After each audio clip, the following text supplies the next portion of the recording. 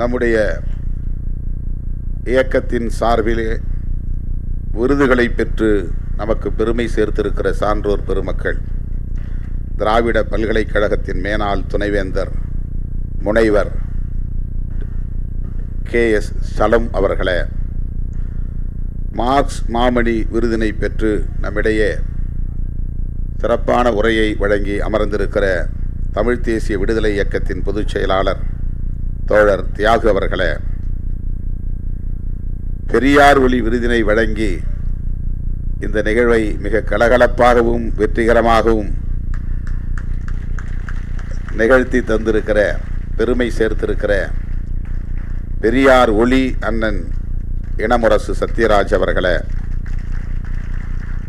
பௌத்த ஆய்வாளர் அயோத்திதாசர் ஆதவன் விருதினை பெற்று நம்மிடையே சிறப்புரை வழங்கி அமர்ந்திருக்கிற பௌத்த ஆய்வாளர் முனைவர் பா ஜம்புலிங்கம் அவர்களே, காமராஜர் கதிர் விருதினை பெற்று சிறப்புரை வழங்கி விடைபெற்று சென்றிருக்கிற நாடாளுமன்ற உறுப்பினர் புதுவை மாநிலத்தின் மேனாள் முதல்வர் அண்ணன் வைத்திலிங்கம் அவர்களே, தமிழ்நாடு ஜமாஅத்துல் உலமா சபையின் தலைவர் காயிதே-மில்லத் பிறை விருதினை பெற்று சிறப்புரை வழங்கி அமர்ந்திருக்கிற தமிழ்நாடு ஜமாஅத்துல் உலமா சபையின் தலைவர் மௌலவி PA காஜா மொயினுத்தீன் பாகவி அவர்களே, வராவிட்டாலும் கூட இந்த நிகழ்ச்சிக்கு வாழ்த்துரை வழங்கி சிறப்பித்திருக்கிற நம்முடைய விருதினை ஏற்றுக்கொண்டிருக்கிற செம்மொழி ஞாயிறு விருதினை ஏற்றுக்கொண்டிருக்கிற இலங்கையை சார்ந்த தமிழ் அறிஞர் பேராசிரியர் ஆ சண்முகதாஸ் அவர்களே, மற்றும் இந்த நிகழ்வில் பங்கேற்று இதனை சிறப்பித்துக் கொண்டிருக்கிற வழக்குரைஞர் எழில் கரோலின் உள்ளிட்ட கட்சியின் துணை பொதுச் செயலாளர்களே, அமைப்பு செயலாளர்களே, பல்வேறு துணைநிலை அமைப்புகளின் பொறுப்பாளர்களே, தலைமை நிலைய பொறுப்பாளர்களே, அழைக்கும் போதெல்லாம் ஓடோடி வந்து மாநாடுகள் என்றாலும் பேரணிகள் என்றாலும் கருத்தரங்குகள் என்றாலும் விருது வழங்கும் விழாவாக இருந்தாலும் அவற்றையெல்லாம் சிறப்பித்து வெற்றி பெற வைத்துக் கொண்டிருக்கிற என் உயிரின் உயிரான விடுதலை சிறுத்தைகளே, உங்கள் அனைவருக்கும் என்னுடைய பணிவார்ந்த வணக்கத்தை தெரிவித்துக் கொள்கிறேன். வழக்கமாக ஏப்ரல் 14ஆம் நாள் விருதுகள் வழங்கும் விழாவை நாம் நடத்துவதுண்டு. புரட்சியாளர் அம்பேத்கரின் பிறந்த நாளில் இந்த விழாவை நடத்தி வந்த நாம் தவிர்க்க முடியாத காரணங்களால் கடந்த சில ஆண்டுகளாக தள்ளி தள்ளி நடத்துகிற ஒரு சூழல் அமைந்துவிட்டது. இந்த ஆண்டு மே 31ஆம் தேதி நாம் மதச்சார்பின்மை காப்போம் பேரணியை அறிவித்த சூழலில் இந்த விழாவை உடனடியாக நடத்த இயலாமல் இன்றைக்கு ஜூன் 24ஆம் தேதி நடத்தி கொண்டிருக்கிறோம். பேரணியும் தள்ளி போய்விட்டது. 31ஆம் தேதி நடத்துவதாக இருந்த பேரணி ஜூன் 14ஆம் தேதி நாம் நடத்தும் நிலை உருவானது. தமிழ்நாட்டு அரசியல் அரங்கில் பெரும் அதிர்வை ஏற்படுத்திய பேரணி திருச்சி பேரணி. சனாதன சக்திகளின் அடிவயிற்றில் புலி கரைத்த பேரணி திருச்சிராப்பள்ளியில் நடைபெற்ற மதச்சார்பின்மை காப்போம் பேரணி. சங்க பரிவாரங்கள் நம்முடைய முதல் எதிரியே சிறுத்தைகள் தான் என்று சொல்லக்கூடிய வகையிலே சனாதனத்தை வேறொருப்போம் என்று முழங்கிய பேரணி திருச்சிராப்பள்ளியிலே நாம் நடத்திய மதச்சார்பின்மை காப்போம் பேரணி. ஏற்கனவே நாம் நடத்திய தேசம் காப்போம் பேரணியை நம்மால் தான் வெல்ல முடியும் என்பதை காட்டுகிற பேரணியாக இந்த பேரணி அதைவிட பன்மடங்கு பெருந்திரள் பேரணியாக அமைந்திருந்தது. அப்படி ஒரு மகத்தான பேரணியை, மாபெரும் பேரணியை, பெருந்திரள் பேரணியை வெற்றிகரமாக நடத்தி தந்த என் உயிரின் உயிரான விடுதலை சிறுத்தைகள் அனைவருக்கும் இந்த நேரத்தில் நான் எனது நெஞ்சார்ந்த நன்றியை உரித்தாக்குகிறேன். இந்த ஆண்டு விருதுகளுக்கான சான்றோர்களை நாம் எவ்வாறு தேர்வு செய்திருக்கிறோம் என்பதை இந்த அரங்கில் நீங்கள் அவர்கள் ஆற்றிய உரைகளில் இருந்து அறிந்திருக்க முடியும்.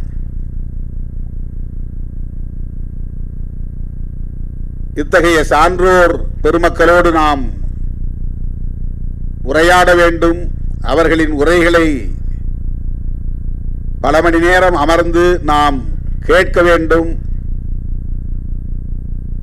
அதன் மூலம் கருத்தியல் தளத்திலே நம்மை நாமே செழுமைப்படுத்திக் கொள்ள வேண்டும் என்கிற ஒரு ஏற்பாடாகவே இந்த விழாவை நான் பார்க்கிறேன்.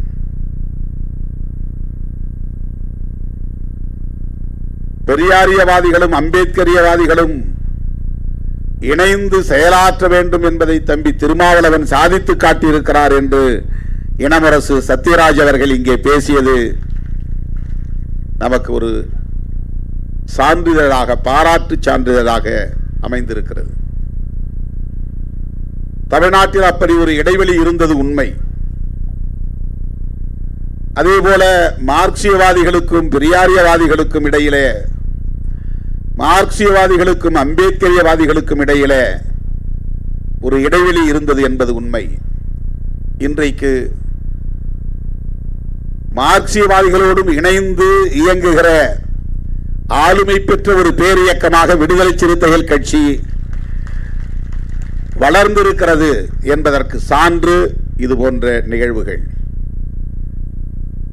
அம்பேத்கர் இயக்கங்கள் வேறு எந்த இயக்கங்களோடும் இணைந்து செயல்படாது என்ற ஒரு கருத்து இருந்தது. சொல்லப்போனால் இடதுசாரிகளோடு கூட இணைந்து இயங்குவதிலே சிக்கல் இருந்தது. அப்படி இணைந்து இயங்க முடியாத இடைவெளிக்கு யார் பொறுப்பு என்கிற கேள்விக்கு நாம் செல்ல தேவையில்லை. ஆனால் இணைந்து இயங்க வேண்டும் என்பதை உறுதிப்படுத்தியவர்கள் விடுதலை சிறுத்தைகள் என்பதை இங்கே நான் பெருமையோடு சொல்ல கடமைப்பட்டிருக்கிறேன். ஆகவேதான் நம்முடைய இயக்கங்களின் துண்டறிக்கைகளில் அல்லது சுவரொட்டிகளில் நம்முடைய கொள்கை ஆசான்களாக புரட்சியாளர் அம்பேத்கர், தந்தை பெரியார், மாமேதை கார்ல் மார்க்ஸ் ஆகியோரை தவறாமல் அச்சிடுகிறோம். அவர்களே நமக்கான அடையாளங்கள் என்பதை உயர்த்தி பிடிக்கிறோம். கருத்தியல் அடையாளங்கள் என்பதை உயர்த்தி பிடிக்கிறோம். சாதி மதம் என்கிற வரம்புகளை கடந்து கருத்தியல் அடிப்படையில் நாம் ஒருங்கிணைய வேண்டும் என்பதை உரத்து சொல்லுகிற இயக்கமாக, ஓங்கி பேசுகிற இயக்கமாக, களத்தில் அவற்றை நிகழ்த்தி காட்டுகிற இயக்கமாக இன்றைக்கு விடுதலை சிறுத்தைகள் கட்சி தான் தனித்து இயங்குகிறது, அடையாளமாக விளங்குகிறது. அம்பேத்கரியவாதிகளோடு எப்படி இணைந்து செயல்பட முடியும் என்ற தயக்கமும் தேக்கமும் இடதுசாரிகளிடம் இருந்தது என்பது வரலாற்று உண்மை. அதை தகர்த்து அந்த இடைவெளியை குறைத்தது விடுதலை சிறுத்தைகள் கட்சி. இந்தியாவிலேயே தமிழ்நாட்டில் விடுதலை சிறுத்தைகள் கட்சி தான் அதை சாதித்து காட்டியிருக்கிறது. பெரியார் பிற்படுத்தப்பட்ட மக்களுக்கான தலைவர், அம்பேத்கர் தலித் மக்களுக்கான தலைவர் என்கிற கருத்தை தகர்த்தெறிந்து இருவரும் ஒரே திசை வழியில் பயணித்தவர்கள், சாதி ஒழிப்பு மக்கள் விடுதலை என்கிற கருத்தை ஏற்றுக்கொண்ட தலைவர்கள் என்று இந்த மண்ணிலே கருத்தியல் தளத்தில் உறுதிப்படுத்திய இயக்கம் விடுதலை சிறுத்தைகள் கட்சி. அம்பேத்கர் இயக்கம் என்றால் நீலக்குடிதான் என்று இருந்த நிலையை மாற்றி நீலத்தோடு சரிபாதி சிவப்பை சேர்த்த இயக்கம் விடுதலை சிறுத்தைகள் கட்சி. இதெல்லாம் இந்திய அரசியலில் புதிய புதிய உத்திகள் அல்லது புதிய முயற்சிகள். நீங்கள் இந்தியா முழுவதும் பார்த்தால் அம்பேத்கர் இயக்கங்கள் வெறும் நீல கொடிகளை மட்டுமே ஏந்தி பிடித்தார்கள். நீலத்தோடு சரிபாதியாக சிவப்பை சேர்த்த முதல் இயக்கம் விடுதலை சிறுத்தைகள் கட்சி. அதை போல பெரியாரை அம்பேத்கரோடு இணைத்து மக்களை அமைப்பாக்க வேண்டிய தேவை இருக்கிறது என்பதை முதலில் தமிழகத்திலே உறுதிப்படுத்தியவர்கள் விடுதலை சிறுத்தைகள். அதை தாண்டி இந்த கருத்துக்கள் இடதுசாரி இயக்கங்களோடு இணைந்து இயங்குகிற கருத்துக்கள் தான் இடதுசாரி கருத்துகள் என்பது கம்யூனிஸ்டுகள் அந்த கட்சிகளின் கருத்துகள் மட்டுமல்ல, அது பெரியாரியமும் இடதுசாரி கருத்தியல் தான், அம்பேத்கரியமும் இடதுசாரி கருத்தியல் தான். அது ஆரியத்திற்கு எதிரானது, பார்ப்பனியத்திற்கு எதிரானது, சனாதனத்திற்கு எதிரானது, இந்துத்துவ அஜெண்டாவிற்கு எதிரானது என்பதை உரத்து சொன்ன இயக்கம் விடுதலை சிறுத்தைகள் கட்சி. ஆகவே இந்த மேடையில் நாம் அம்பேத்கரியவாதிகளையும் பெரியாரியவாதிகளையும் மார்க்சியவாதிகளையும் ஒரு சேர அமர வைக்கிறோம். இவர்கள் வேறு வேறு அல்ல, வெவ்வேறு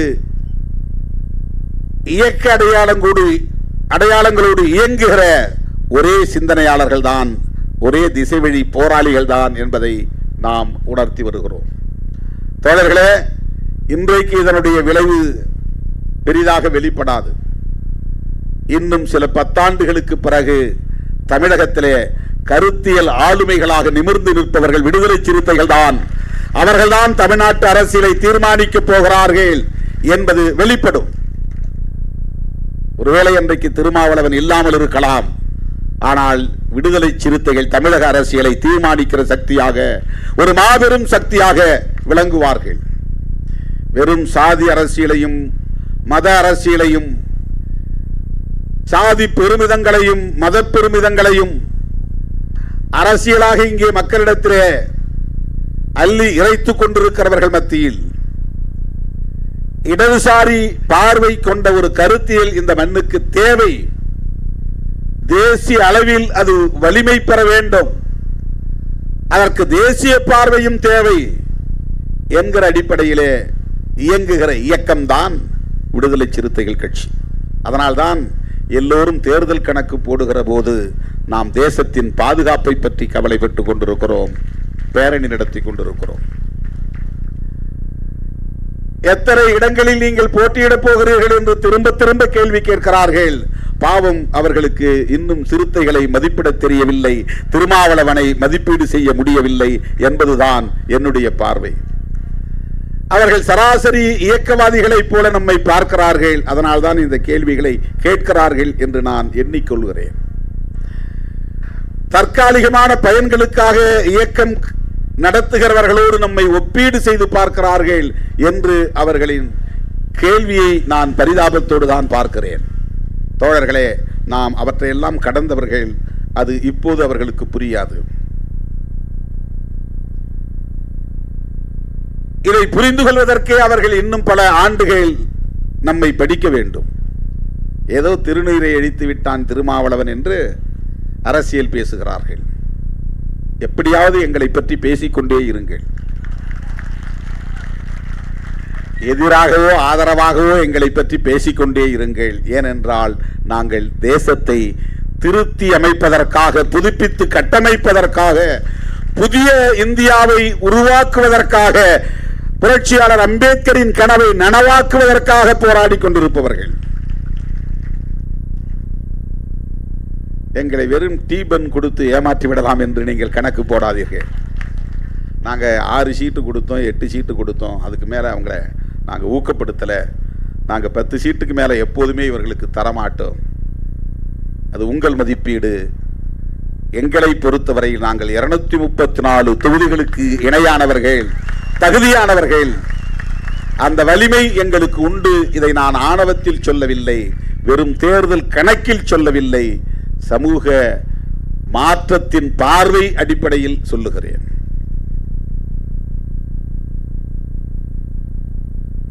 அதனால்தான் தேசம் காப்போம் பேரணி நடத்திய நாம் இன்றைக்கு மதச்சார்பின்மை காப்போம் பேரணியை நடத்துகிறோம். தோழர்களே, மதச்சார்பின்மை என்பதுதான் இந்திய அரசியலின் கருப்பொருளாக இருக்கிறது, மைய பொருளாக இருக்கிறது, முதன்மை முரண்பாடாக மாறி இருக்கிறது.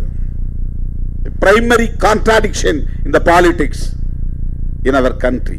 நம்முடைய தேசத்தில் இன்றைக்கு பிரதானமான முதன்மையான முரண்பாடாக இருப்பது செக்யூலரிசம் என்பதுதான்.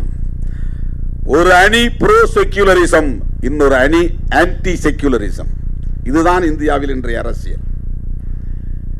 ஒரு அணி அம்பேத்கர் ஆதரவு அணி, இன்னொரு அணி அம்பேத்கருக்கு எதிரான அணி. இதுதான் இன்றைக்கு இந்திய தேசிய அரசியல். ஒரு அணி அரசமைப்பு சட்டத்திற்கு ஆதரவான அணி, ப்ரோ கான்ஸ்டிடியூஷன், இன்னொரு அணி அரசமைப்பு சட்டத்திற்கு எதிரான அணி. இப்படி இந்திய அரசியலில் பல முரண்கள் இருந்தாலும் கூட முதன்மை முரண்பாடாக மாறி நிற்கிறது. அதற்காக நாம் பிஜேபிக்கு நன்றி சொல்ல கடமைப்பட்டிருக்கிறோம்.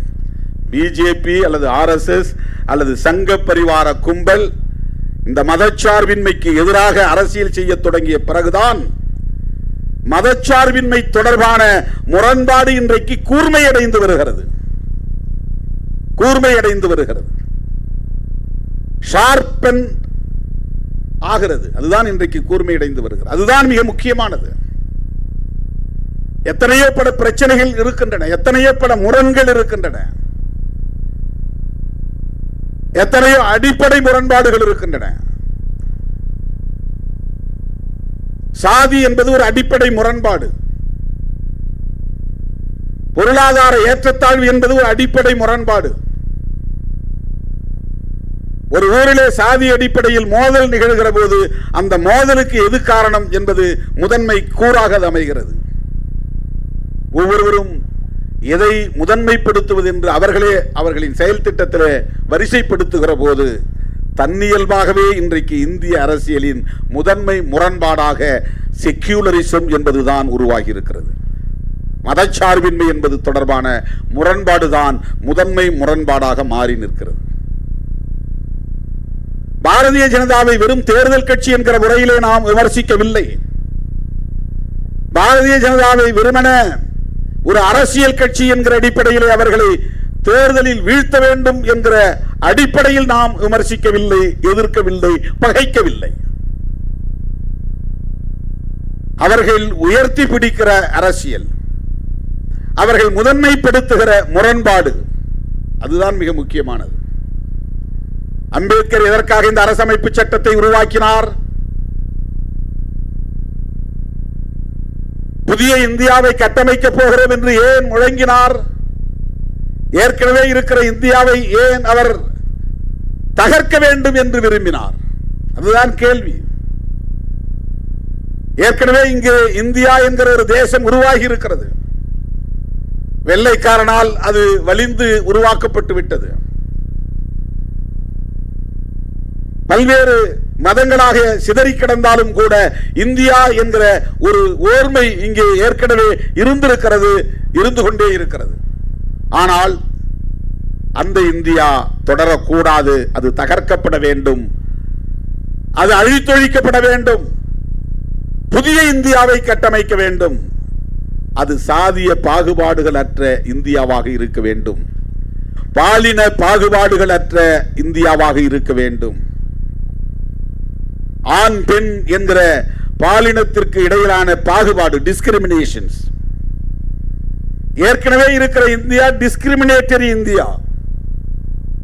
புரட்சியாளர் அம்பேத்கர் அவர்கள் விரும்புகிற இந்தியா ஈக்குவாலிட்டி என்கிற சமத்துவம் இந்தியா.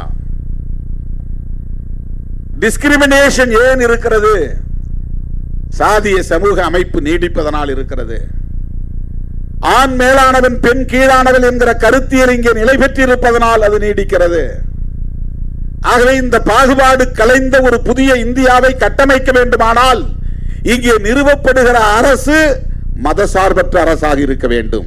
இதுதான் இங்கே இருக்கிற பிரச்சனை. இதுதான் சங்க பரிவாரங்களின் இறுதி இலட்சியம் என்ன என்றால், முஸ்லிம்களை விரட்ட வேண்டும் என்பதல்ல, கிறிஸ்தவர்களை விரட்ட வேண்டும் என்பதல்ல. அவர்களுக்கு தெரியும், முஸ்லிம்களும் கிறிஸ்தவர்களும் இந்த மண்ணின் பூர்வீக குடிகள் தான். அவர்கள் யாரும் அராபியாவில் இருந்து வந்தவர்கள் இல்லை, ஐரோப்பாவில் இருந்து வந்தவர்கள் இல்லை, அந்நிய தேசத்தை சார்ந்தவர்கள் இல்லை, இந்த மண்ணை ஆக்கிரமித்த கும்பல் இல்லை. இந்த மண்ணின் மைந்தர்கள் தான், பூர்வீக குடிகள் தான். மதம் மாறி இஸ்லாமியர்களாக இருக்கிறார்கள், கிறிஸ்தவர்களாக இருக்கிறார்கள் என்பது அவர்களுக்கு தெரியும். ஆனால் அவர்கள் மீது வெறுப்பை விதைத்து பெரும்பான்மை இந்துக்களை ஓரணியில் திரட்டி ஆட்சி அதிகாரத்தை தக்க வைத்துக் கொண்டால்தான் அரசமைப்பு சட்டத்தை தூக்கி எறிய முடியும். புரட்சியாளர் அம்பேத்கர் கண்ட கனவை சிதைக்க முடியும். இதுதான் சங்க பரிவாரங்களின் நோக்கம். இதை தமிழ்நாட்டில் முதலமைச்சர் பதவியை பிடிக்கிறதுக்காக முயற்சி செய்யறாங்க நினைக்காதீங்க. அல்லது பிரதமர் பதவிதான் அவர்களது இறுதி இலட்சியம், இறுதி இலக்கு என்று கருதாதீர்கள். அந்த பதவியிலே தொடர வேண்டும், ஆட்சி அதிகாரத்தை தக்க வைத்துக் கொள்ள வேண்டும், எல்லா மாநிலங்களிலும் தாங்கள் விரும்புகிற ஒரு அரசே அமைய வேண்டும் என்றெல்லாம் அவர்கள் விரும்புவதற்கு காரணம் புரட்சியாளர் அம்பேத்கர் அவர்களால் வகுத்தளிக்க பெற்ற அரசமைப்பு சட்டம் ஒரு புதிய இந்தியாவை உருவாக்கி கொண்டே இருக்கிறது. ஒரு அமைதி புரட்சியை உருவாக்கி கொண்டே இருக்கிறது. சமூக நீதியின் மூலமாக சமத்துவத்தை உருவாக்கி கொண்டே இருக்கிறது. அடிநிலையில் உழன்றவர்கள் இன்றைக்கு ஆளுமை மிக்கவர்களாக தலைநிமிர்ந்து நிற்கிறார்கள். கோட்டு சூட்டு அணிந்து வீறு நடை போடுகிறார்கள்.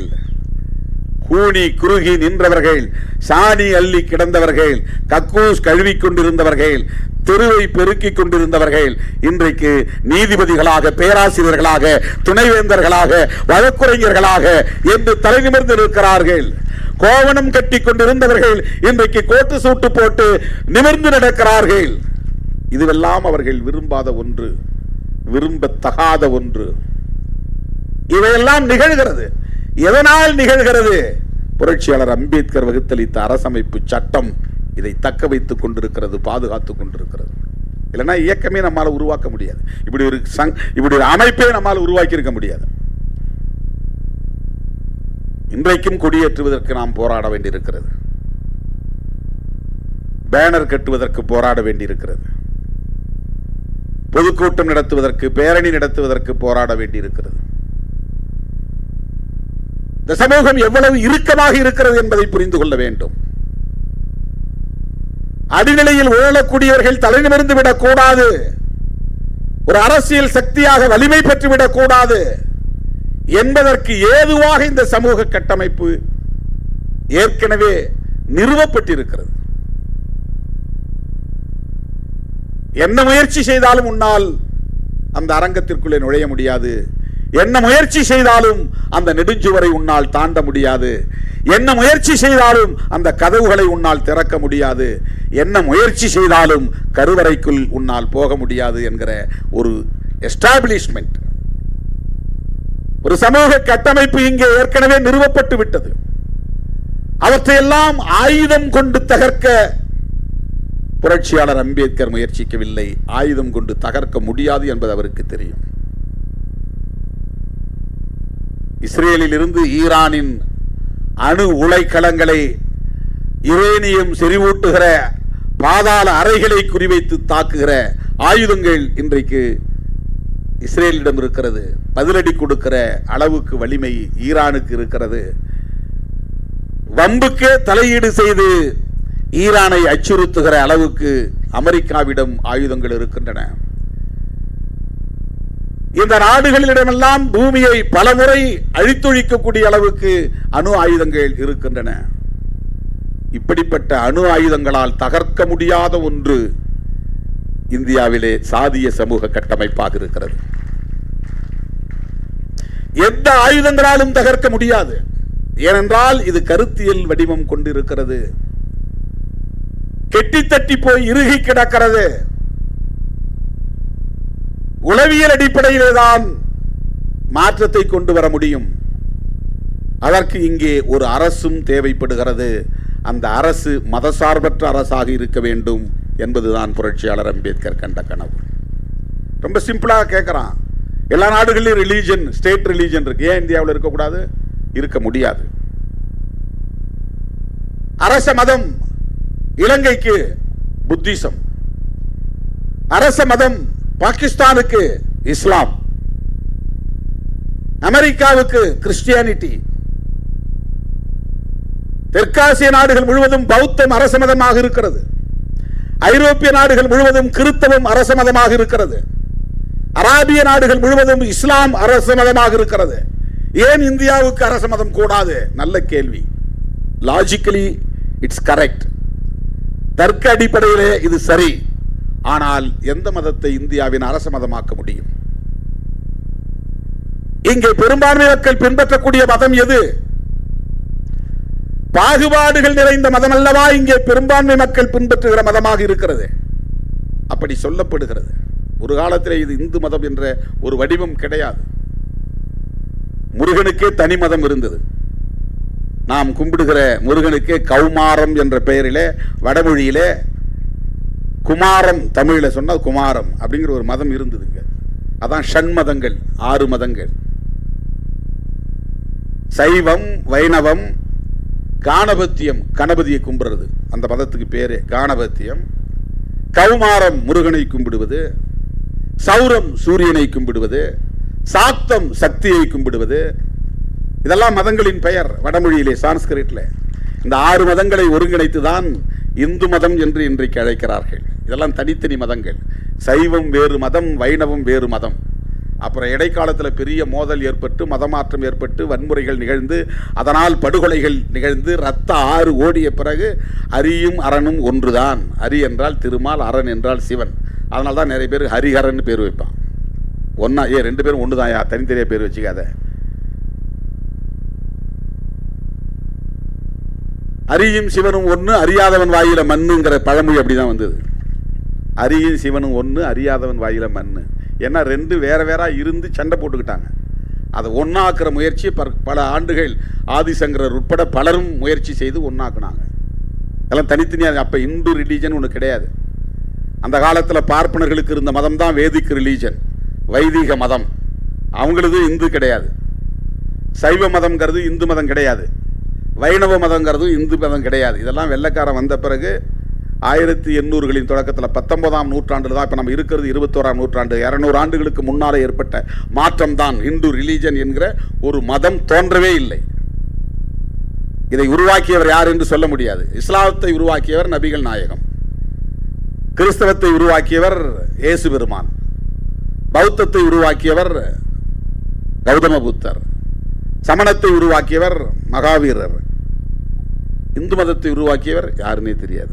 கேட்டால் என்ன சொல்லுவாங்க, இது 50,000 வருஷங்களுக்கு முன்னால் உருவானது, அதனால் இது யார் உருவாக்கினாங்கன்னு தெரியாது. 5 லட்சம் வருஷத்துக்கு முன்னால் உருவானது, யார் உருவாக்கினாங்கன்னு தெரியாது. வரலாறு அப்படி இல்லை. அதற்கு எந்த ஆதாரங்களும் கிடையாது. ஏதோ ஒரு வகையிலே இன்றைக்கு இந்து என்கிற வடிவம் வந்துவிட்டது. சரி, அந்த மதத்தை இந்தியாவின் அரச மதமாக அறிவிப்பதிலே பிரச்சனை இருக்கிறது. அதை பேசுவோம். ஏன் அறிவிக்க முடியாம போச்சு? ஏன் ஸ்டேட் ரிலீஜன் உருவாகவில்லை? இந்தியா ஏன் மதசார்பற்ற அரசாக இருக்க வேண்டும்? இது அன்றைய கான்ஸ்டிடியூயன்ட் அசெம்பிளி என்கிற அரசியலமைப்பு சட்டத்திற்கான சபையிலே விவாதிக்கப்பட்டதா இல்லையா? புரட்சியாளர் அம்பேத்கரோடு பலரும் விவாதித்தார்களா இல்லையா? இந்த பிரியாம்பிள்லே கடவுளின் பெயரால் முடிக்க சொன்னாங்க நிறைய பேர். கடைசியாக முடிக்கிறப்போ கடவுளின் பெயரால் இதை நாங்கள் ஏற்றுக்கொள்கிறோம் அரசமைப்பு சட்டமாக அப்படின்னு முடிக்க சொல்லி தான் வற்புறுத்தினாங்க. ஒற்றை ஆளாக இருந்து புரட்சியாளர் அம்பேத்கர் அவர்கள் அதையெல்லாம் எதிர்த்து நின்று வெற்றி கண்டார். அவர் மட்டும் இல்லாமல் வேறு எவராவது இந்த அரசமைப்பு சட்டத்தை எழுதக்கூடிய வாய்ப்பை பெற்றிருந்தால் இந்தியாவின் அரச மதமாக இவர்கள் சொல்லுகிற இந்த மதம்தான் ஸ்டேட் ரிலீஜன் என்றாகி இருக்கும். ஏன் இதை ஸ்டேட் ரிலீஜனாக அறிவிக்கப்படவில்லை என்று சொன்னால், இந்த மதம் அடிப்படையிலேயே பாகுபாடுகளை கொண்ட மதமாக இருக்கிறது. உலகத்தில் எந்த மதமும் பிறப்பின் அடிப்படையில் உயர்வு தாழ்வை ஏற்கவில்லை. எல்லா மதமும் சகோதரத்துவத்தை மட்டுமே அடிப்படை கோட்பாடாக கொண்டிருக்கிறது. ஆன்மா, இந்த உயிர் மூச்சு கோட்பாடு என்னன்னா ஃப்ரெட்டர்னிட்டி என்பதுதான். அதான் திராவிடியன் பிரதர்ஹுட் அப்படின்னு அவர் சொன்னார். ஆனால் உலகம் முழுவதுமே எல்லா மக்களும் எந்த ரேஸ் அண்ட் எத்னிசிட்டி, எந்த ஒரு வேறுபாடும் இல்லாமல் உலக மாந்தர் அனைவரும் சகோதரர்கள் என்று சொல்லுகிற மதங்களாக அவையெல்லாம் வளர்ச்சி அடைந்திருக்கின்றன. எந்த மதத்தை எடுத்தாலும் அதில் சகோதரத்துவம் உண்டு. அண்ணன் தம்பியாய் இருப்போம், அன்பை வளர்ப்போம். பௌத்தம் அதுதானே சொல்லுது.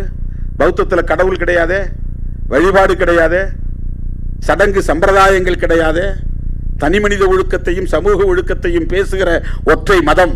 அந்த காலத்தில் வேதிக் ரிலிஜன், வேத மதத்தை சார்ந்தவர்கள் இதை நாத்திக மதம் என்று பரப்பினார்கள். அதனால் தான் அழித்து ஒழித்தார்கள். பௌத்தத்தை நாத்திக மதம் என்று சொல்லிதான் அழித்து ஒழித்தார்கள். வேறு எந்த ஒரு தேசத்திலும் இல்லாத அளவுக்கு இந்தியாவிலே பௌத்தம் செழித்தோங்கி இருந்த வரலாறு இன்றைக்கு நம்முடைய விருது பெற்ற ஜம்புலிங்கம் அவர்கள் குறிப்பிட்டார்.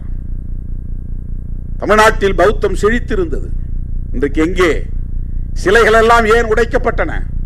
அம்பேத்கர் சிலைகளை உடைக்கிற அந்த செயல் இருக்கிறதே, அது புத்தர் சிலைகளை உடைத்த வரலாற்றின் எச்சம். அது புத்தர் சிலையை உடைத்த அந்த பண்பாட்டின் எச்சம். அது ஒரு பண்பாட்டு எச்சம். அம்பேத்கர் சிலையை உடைக்கிறான்னா புத்தர் சிலையை உடைச்ச வரலாறு. அவன் முன்னோர் புத்தர் சிலையை உடைச்சான், அவன் வாரிசிலைக்கு அம்பேத்கர் சிலையை உடைக்கிறான். அதே சாதியவாதி நாளைக்கு திருமாவளவன் படத்தையும் எரிப்பான். ஏன்னா அது பண்பாட்டு எச்சம். அது தொடருது, அது அவனுடைய ஜீன்லயே அது வருது. ஏன் குடிசையை கொளுத்துறான்னா, அன்னைக்கு பௌத்த பள்ளிகளை கொளுத்துறான். எங்கெல்லாம் பௌத்த மடம் இருக்கோ அந்த மடத்தை கொளுத்துறான். எங்கெல்லாம் பௌத்த பிக்குகள் இருந்தார்களோ தேடி போய் கழுத்தை இழுத்து கொன்றார்கள். அந்த மதத்தை அடியோடு வேரோடு வேரடி மண்ணோடு வெட்டி சாய்ப்போம் என்பதை போல அந்த மதத்தை அழித்தொழித்தார்கள். அது நல்ல கருத்துக்களை பரப்பியது, நாத்திக கருத்துக்களை பரப்பியது என்று குற்றம் சாட்டினார்கள். நல்ல கருத்துக்களை பரப்பிய ஒரு இயக்கத்தை, பௌத்த இயக்கத்தை அழித்தொழித்தார்கள். அந்த மதம் சகோதரத்துவத்தை பேசுகிறது, இஸ்லாம் சகோதரத்துவத்தை பேசுகிறது, சமணம் சகோதரத்துவத்தை பேசுகிறது, கிறிஸ்தவம் சகோதரத்துவத்தை பேசுகிறது. இந்து மதம் சகோதரத்துவத்தை பேசுகிறதா? மேல் பாதிக்குள்ளே என்னால் நுழைய முடியவில்லையே. திருநீரை அழித்து விட்டதாக ஆத்திரப்படுகிற நீ என்னை அழைத்து செல்ல தயாராக இருக்கிறாயா? கோவிலின் கருவறைக்குள்ளே அழைத்து செல்வதற்கு முன்னால் ஒரு போராட்டம் நடத்த முடியுமா?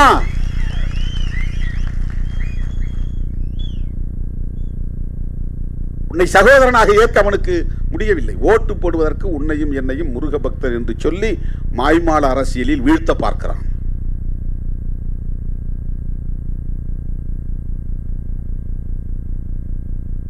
இந்து மதத்தில் சகோதரத்துவம் இல்லை என்பதனால் அரசியல் நிர்ணய சபையில் வெகுவாக விவாதிக்கப்பட்டு இந்த மதத்தை அதிகாரபூர்வமாக அரசமைப்பு சட்டத்தின் மூலம் அரச மதம் என்று அறிவிக்க கூடாது என்கிற நிலைப்பாட்டை எடுத்தார்கள்.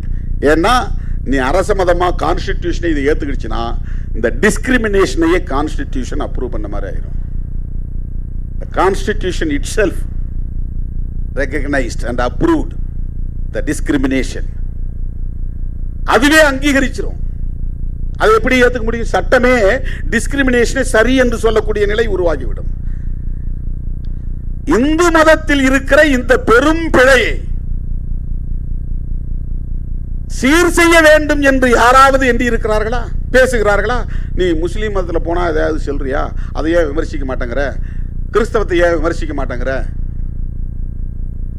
நான் நோன்புக்கு போறேன், என் தலையில் ஒரு தொப்பி வைக்கிறாங்க, நான் அப்படியே வச்சுட்டாங்கன்னு எடுக்காமலே இருக்க முடியுமா? அடுத்த ஒரு நிமிஷத்தில் எடுத்துடுறேன். அவங்களுக்கும் தெரியும் எடுத்துருவேன்னு. அது ஒரு அடையாளம், அவ்வளவுதான். அடுத்த ஒரு நிமிஷத்தில் எடுத்துருவோம். அப்போ அந்த பூசாரி நெற்றியில் திருநீர் பூசினாரு, அவருடைய உணர்வை நான் மதிக்கிறேன், அவருக்கு நான் வணக்கம் சொன்னேன், நன்றி சொன்னேன். கொஞ்ச நேரம் தானே வச்சிருக்க முடியும், அதை அப்படியே நான் வச்சுக்கிட்டு இருக்க முடியுமா? புண்ணியம் கிடைக்கும் என்றும் நான் பூசிக்கொள்ளவில்லை, அவமதிக்க வேண்டும் என்றும் நான் அழிக்கவில்லை.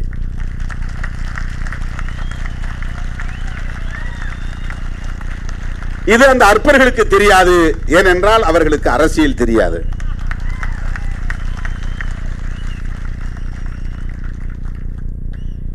என் மீது நம்பிக்கை வைத்திருப்பவர்கள், என் மீது பாசம் வைத்திருப்பவர்கள் இன்றைக்கு கூட பல கோவில்களுக்கு அழைக்கிறார்கள், நான் போகிறேன். கும்பத்திலே கலசத்திலே தண்ணீர் ஊற்ற சொல்லுகிறார்கள், ஊற்றுகிறேன். இதெல்லாம் எனக்கு 100 வருஷம் வாழணும் அப்படிங்கிற ஆசைப்பட்டு தான் செய்யறேனா? என் தாய் என்னை வீட்டுக்கு வரவேற்கிற போது ஆழம் எடுத்து நெற்றியிலே திருநீர் பூசுகிறார், அதை ஏற்றுக்கொள்கிறேன். என் தாய்க்கு என்ன மதிப்பை கொடுக்கிறேனோ அப்படி என் மக்களுக்கும் நான் மதிப்பளிக்கிறேன், அவ்வளவுதான். அது மக்கள் மீது நான் கொண்டிருக்கிற ஒரு மதிப்பு, அவர்களின் உணர்வுகளுக்கு நான் செலுத்துகிற மதிப்பு. தோழர்களே, இந்து மதத்தில் சகோதரத்துவம் இல்லை என்பதை இந்திய அரசமைப்பு சட்டம் சொல்கிறது. அதனால் தான் அதை அரச மதமாக இந்திய அரசமைப்பு சட்டம் ஏற்றுக்கொள்ளவில்லை. இதுதான் ரொம்ப முக்கியமான செய்தி. இதுதான் ரொம்ப முக்கியமான செய்தி. This is the message we have to bring it to the people. There is no equality in Hindu religion. Only discrimination is there. அங்கே அரசமைப்பு சட்டத்தில் ஏன் இதை ஏற்றுக்கொள்ளவில்லை என்றால் சகோதரத்துவம் இல்லை, சமத்துவம் இல்லை. சகோதரத்துவம் இல்லாத இடத்தில் சமத்துவம் இருக்காது. உலகத்தில் உள்ள எல்லா மதங்களும் சகோதரத்துவத்தை ஏற்றுக்கொண்டிருக்கிற போது இந்து மதம் ஏன் சகோதரத்துவத்தை ஏற்றுக்கொள்ளவில்லை என்பதை மோகன் பகவத் சொல்லுவாரா? அதற்கு விளக்கம் சொல்லுவாரா? மோடி சொல்லுவாரா? அமித்ஷா சொல்லுவாரா? RSS அமைப்புகளை சார்ந்தவர்கள் சொல்லுவார்களா? நீ என்னை சங்கராச்சாரியாக ஆக்க வேண்டும் என்று நான் சொல்லவில்லை. உன்னுடைய சகோதரனாக ஏற்றுக்கொள் என்று தான் சொல்லுகிறேன். உன்னால் அது முடியாது. ஆனால் என்னை நீ இந்து என்று சொல்லி ஏய்க்க பார்க்கிறாய், முருக பக்தர் என்று சொல்லி ஏய்க்க பார்க்கிறாய். தமிழ்நாட்டிலே முருக பக்தர்கள் மட்டும்தான் இருக்கிறார்களா? அதை விட அதிகமாக ஐயப்ப பக்தர்கள் இருக்கிறார்கள். முருகன் கதையை சொன்னால் மணிக்கணக்கிலே பேச வேண்டியிருக்கும். எங்கள் மண் ஐவகை நிலம் கொண்ட தமிழ் மண். அதிலே குறிஞ்சி மண்ணின் தலைவன் தான் முருகன்.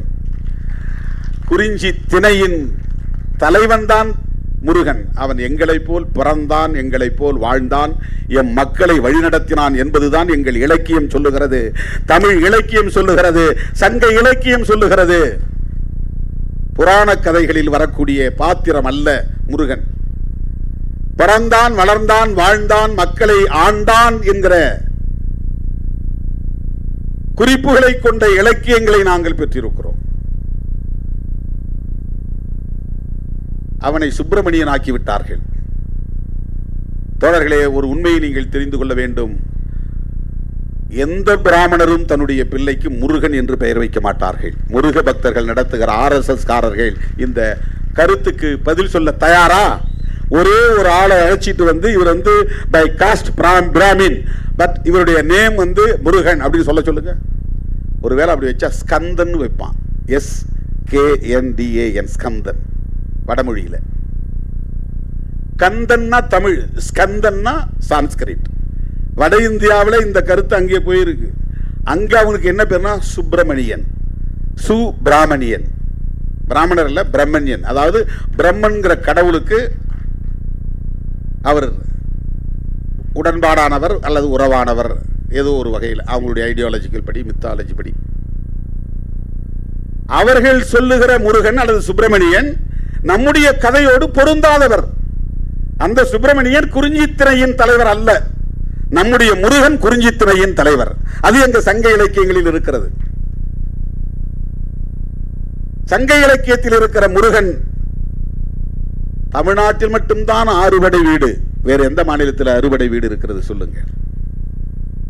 அதனால்தான் நான் ஒரு கேள்வி எழுப்பினேன். அதை சிலரால் பொறுத்து கொள்ள முடியவில்லை. முருகன் தமிழ் கடவுள்னா அவங்க அப்பா சிவனும் தமிழ் கடவுளாக தானே இருக்க முடியும். முருகன் தமிழ் கடவுள்னா சிவன் தமிழனா இருந்தா பார்வதி தமிழச்சியாக தான் இருக்க முடியும். இப்ப இவங்க ரெண்டு பேரும் கைலாய மலையில் இருக்கிறாங்கன்னா கைலாயம் தமிழர்களின் தேசம் தானே. அப்ப ஒட்டுமொத்த இந்தியாவும் தமிழர்களின் தேசம் தானே. எங்கள் தமிழன் சிவபெருமான் கைலாயத்தில் குடியிருக்கிறான் என்றால் கைலாய மலையும் தமிழனுக்கு சொந்தம். கைலாய மலை இமயம் முதல் கன்னியாகுமரி வரையில் தமிழன் வாழ்ந்தான் என்பதற்கு சிவபெருமானே ஒரு சான்று. அந்த கதைப்படி பார்த்தார். சிவன் தமிழன், பார்வதி தமிழச்சி. அப்படின்னா கணபதி கணேசனும் தமிழனா தானே இருக்க முடியும். ஏன் கணேசனை தமிழ் கடவுள் நீங்க யாரும் சொல்றது இல்ல?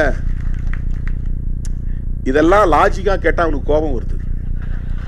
எங்களை மட்டும் ஏன் அசிங்கப்படுத்துறான்? இந்த கதைகள்லாம் வேறு மதத்தில் இல்லையே. இந்த மாதிரி புராண கதையாடல்கள் வேறு மதங்கள்ல இருந்தா சொல்லுங்க, நம்ம பேசுவோம். இந்த மாதிரி கதையாடல்கள் இல்லை.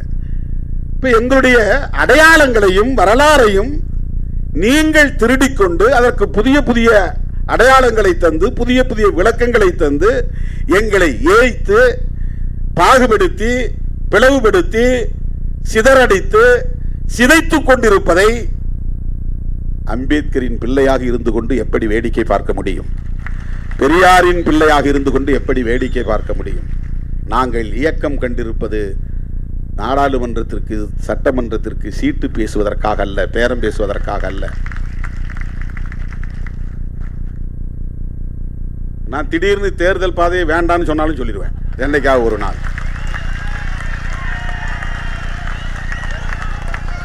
அந்த நிலைப்பாட்டை ஏற்றுக்கொண்டு என்னோடு வரக்கூடியவங்க வாங்கன்னு நான் பாட்டு போயிட்டே இருப்பேன். இவனுங்க நம்மளை சராசரியா எடை போடுறானுங்க. இந்த ஷீட்டுக்காக, இந்த நோட்டுக்காக, இந்த பிளாஸ்டிக் சேர், இவங்களுடைய புத்தி அவ்வளவுதான். நான் தரையில் உட்கார்ந்துருந்தாலும் பிளாஸ்டிக் சேரில் உட்கார்ந்துருந்தாலும் சோஃபாவில் இருந்தாலும் எல்லாம் ஒன்றுன்னு நினைக்கிறவன். அது ஒரு பெரிய விஷயமே கிடையாது. சோஃபாவில் உட்கார்ந்துருந்தா தான் பெரிய கெத்து, தரையில் உட்கார்ந்துருந்தா சாதாரணம் அப்படிலாம் ஒன்றும் கிடையாது. ஏன்னா அவனுக்கு அப்படி ஒரு மதிப்பீடு வச்சிருக்கிறான். எனக்கு அந்த மதிப்பீடுகள் கிடையாது. தோழர்களே, அரசமைப்பு சட்டத்தில் இந்து மதம் அரச மதமாக ஏற்கப்படவில்லை என்பது முக்கியமான ஒரு செய்தி. அதனால்தான் இந்திய அரசமைப்பு சட்டம் ஒரு செக்யூலர் சட்டம், அது மதசார்பற்ற கருத்தை கொண்ட ஒரு சட்டம்.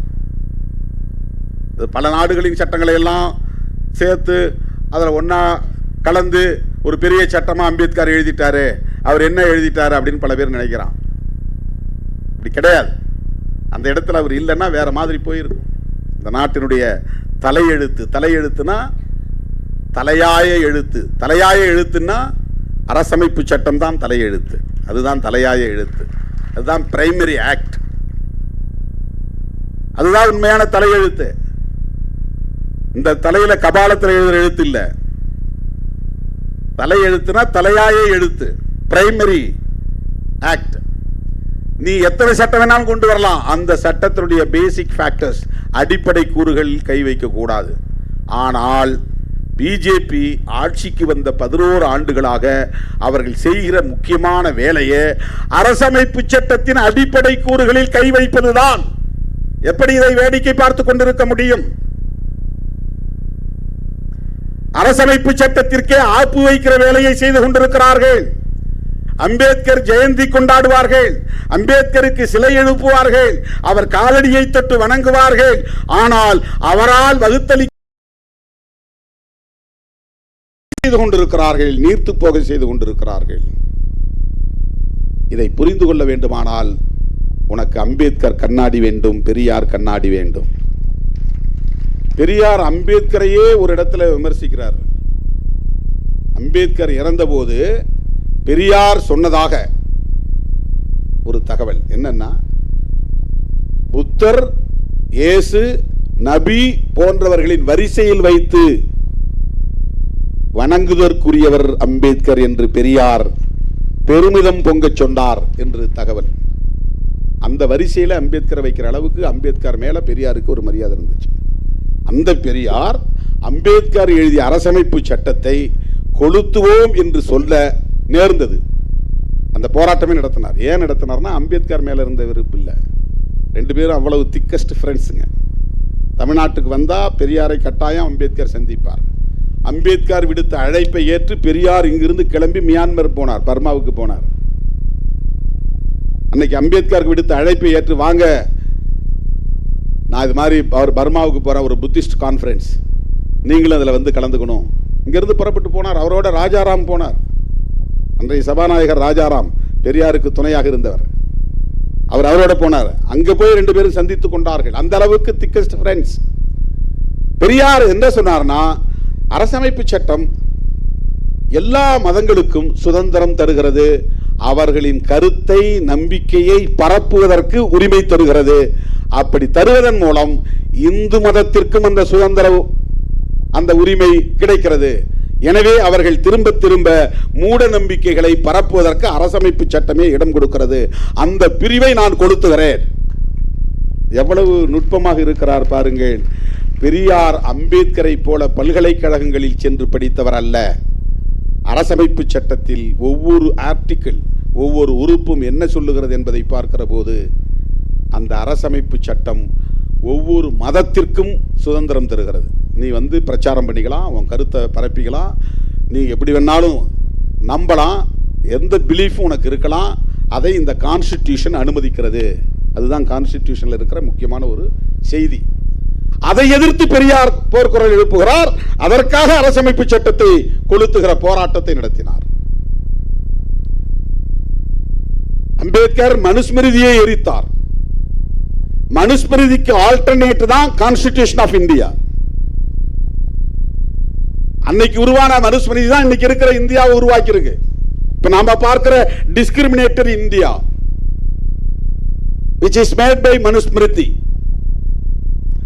மனுஸ்மிருதியால் உருவாக்கப்பட்ட இந்தியா தான் நாம் இருக்கிற இந்தியா, அதை தகர்ப்பதற்காக புரட்சியாளர் அம்பேத்கரால் உருவாக்கப்பட்டதுதான் அரசமைப்பு சட்டம். அதை ரீப்ளேஸ் பண்ணு, மனுஸ்மிருதிக்கு பதிலா அன்னைக்கு கோட் ஆஃப் மனு என்பவர் எழுதிய சட்டம் இந்தியாவை இப்படிப்பட்ட நிலைமைக்கு ஆளாக்கியது. நான் எழுதுகிற சட்டம் புதிய இந்தியாவை உருவாக்கும், மாடர்ன் இந்தியா. அந்த புதிய இந்தியாவிலே பாகுபாடு இல்லாமல் இருக்க வேண்டுமானால் இந்து மதம் அரசமைப்பு சட்டமாக இருக்க முடியாது. ஆகவே இந்த சட்டம் செக்யூலர், அதுதான் ரொம்ப முக்கியமானது. இதுதான் அவர்களுக்கு கண்ணை உறுத்துகிறது, கண்ணிலே விழுந்த தூசி போல உறுத்தி கொண்டிருக்கிறது. இந்த சட்டத்தை நேரடியாக தூக்கி எறிய முடியவில்லை, புரட்சியாளர் அம்பேத்கர் அவர்களை நேரடியாக விமர்சிக்க முடியவில்லை, புரட்சியாளர் அம்பேத்கருக்கு எதிரான அரசியலை பேச முடியவில்லை. முஸ்லிம்களும் கிறிஸ்தவர்களும் இந்த ஏழை எளிய தலித் மக்களை ஏமாற்றி மதமாற்றம் செய்கிறார்கள் என்று சொல்லுகிறார்கள். எப்படி ஒருத்தனை ஏமாற்றி மதம் மாற்ற முடியும்? இந்த வன்கொடுமைகளை தாங்கிக் கொள்ள முடியாதவர்கள் அவர்களாக போய் மதம் மாறினார்கள். இந்தியாவுக்குள்ளே இருக்கிற முஸ்லிம்கள் எல்லாம் ஒரு காலத்தில் இப்படிப்பட்ட வன்கொடுமைகளுக்கு ஆளான முன்னோரின் வாரிசுகள். வெவ்வேறு சாதியில் இருந்திருக்கலாம். இங்கே பிசின்னு இருக்கிறது அவர் சொன்ன மாதிரி, மிஸ்டர் டாக்டர் KS சலம் அவர்கள் சொன்ன மாதிரி, இங்கே பிசின்னு சொல்கிறவன் இன்னொரு ஸ்டேட்டில் ஷெட்யூல் காஸ்ட்,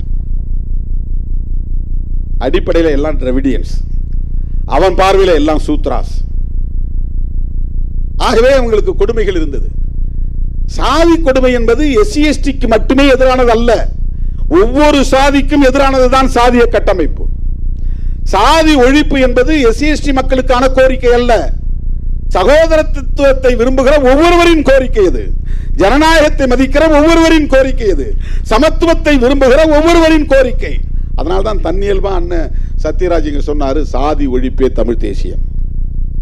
நான் 1990களில் எழுதின பல முழக்கங்கள்ல இது ஒன்று, சாதி ஒழிப்பே மக்கள் விடுதலை.